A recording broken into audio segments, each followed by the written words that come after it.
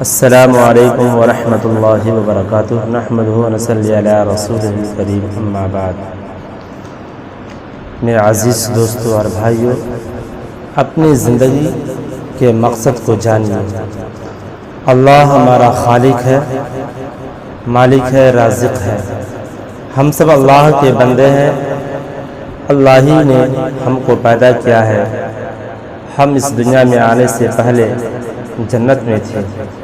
جنت اللہ کا مہمان خانہ ہے۔ ہم مرنے کے بعد قبر میں دفن کیے جائیں گے، پھر ہم قیامت کے دن دوبارہ زندہ کیے جائیں گے۔ حساب و کتاب ہوگا۔ جن کی نیکی زیادہ ہوگی ان کو دوبارہ جنت میں داخلہ ملے گا۔ جنت میں سونے، چاندی اور ہیرے جواہرات سے بنے ہوئے بہت بڑے بڑے گھر اور محل ہیں۔ بڑے بڑے باغ ہیں جن میں اونچے اونچے سایہ دار درخت ہیں۔ دودھ، شہد اور شربت کی نہریں ہیں جس میں کھانے کے لیے پھل، میوے اور پرندے ہیں، جہاں ان کے کھانے پینے پر کوئی روک ٹوک نہیں ہوگی۔ یہ ان لوگوں کے لیے ہے جو اللہ کی بات خوشی خوشی مان کر زندگی گزارتے ہیں، اللہ سے دوستی رکھتے ہیں۔ شیطان جو ہمارا سب سے بڑا دشمن ہے، اس کی پوری کوشش ہوتی ہے کہ وہ ہمیں اللہ کی نافرمانی میں لگائے رکھے، اللہ سے قریب نہ ہونے دے، بلکہ اللہ کی نافرمانی کی حالت ہی میں ہماری موت آ جائے۔ ہم اس کو برا سمجھتے ہیں، اس کی بات نہیں مانتے، اس سے دور رہتے ہیں۔ صبح شام ذکر و دعا اپنے آپ کو شیطان سے محفوظ رکھتے ہیں۔ اللہ بہت رحم دل اور مہربان ہے۔ وہ اپنے بندوں سے بہت محبت کرتا ہے۔ وہ انتظار کرتا رہتا ہے کہ کب اس کے بندے اس کی طرف آتے ہیں، اس کے سامنے نماز میں کھڑے ہو جاتے ہیں، رکوع اور سجدہ کرتے ہیں، اس سے باتیں کرتے ہیں، دعا کرتے ہیں، اپنی ضرورتوں کو مانگتے ہیں، توبہ استغفار کرتے ہیں، اللہ کی نعمتوں کا شکر ادا کرتے ہیں اور اللہ سے ملاقات کے خواہش مند ہیں۔ جنت کے طالب ہیں اور جہنم سے ڈرتے ہیں۔ اللہ سے، رسول سے اور ان کے دین سے محبت کرتے ہیں۔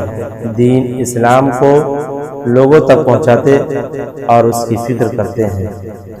جو لوگ گناہ کرتے ہیں، اللہ کی بات نہیں مانتے، ان کی نیکی کم ہوگی اور گناہ زیادہ ہوں گے۔ وہ جہنم میں پھینک دیے جائیں گے۔ جہنم اللہ کا جیل ہے جس میں آگ، سانپ اور بچھو کے ذریعہ نافرمان گناہگار لوگوں کو سزا دی جائے گی۔ اللہ تعالی ہماری حفاظت فرمائے، آمین۔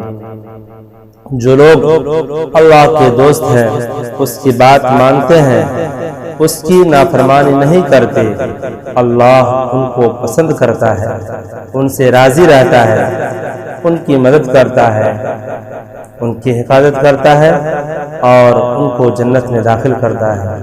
ہم اللہ کے خاص لوگ ہیں۔ ہماری ڈیوٹی ہے کہ ہم خود بھی نیک کام کریں۔ ہمیں نبی صلی اللہ علیہ وسلم کے واسطے سے یہ حکم دیا گیا ہے کہ ہم اپنے اہل و عیال کو نماز کا حکم کریں اور اس پر خود بھی جم جائیں، دوسروں کو بھی نیکی کی باتیں بتائیں، برائی سے بچیں اور دوسروں کو بھی روکیں۔ ان سب کاموں سے اللہ اور اس کے رسول خوش ہوں گے، راضی ہوں گے۔ جن لوگوں سے اللہ راضی ہوا وہ جنت میں جائیں گے۔ جنت ہی ہماری اصل منزل ہے۔ ہم اللہ کے ہیں اور اللہ ہی ہمارا نگہبان ہے۔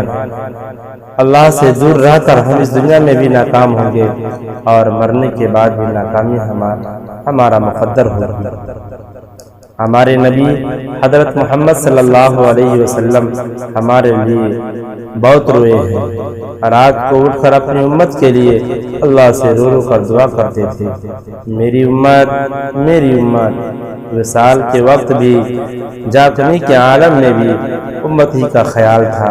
نماز کی وصیت فرما گئے، ہماری محبت تبھی سچی ہوگی جب ہم مسجد کو ہر وقت جمعہ کی نماز کی طرح آباد رکھیں اللہ تعالیٰ نے صاف طور پر بتا دیا ہے کہ مسجدوں کو وہی لوگ آباد کرتے ہیں جو اللہ اور قیامت کے دن پر ایمان رکھتے ہیں۔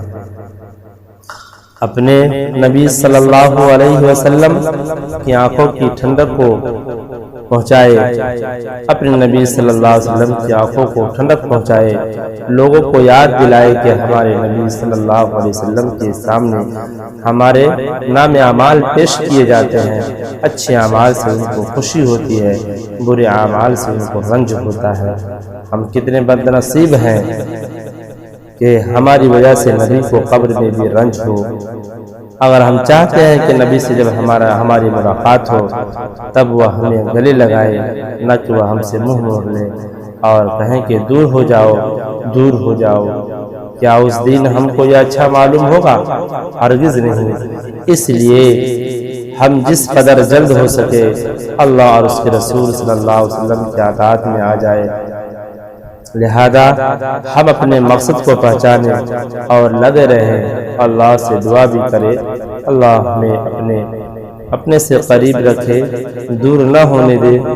ہماری نسلوں میں دین باقی ہے، ہماری نسل گمراہ اور مرتد نہ ہو، ہم سب کا انتقال اسلام پر ہو۔ جب اللہ سے ملاقات ہو وہ ہم سے راضی ہو، اسلام ہی ہمارا نصیب العین ہو، اسی میں ہماری اور ہماری نسلوں کی حفاظت ہے۔ وما علینا الا البلاغ۔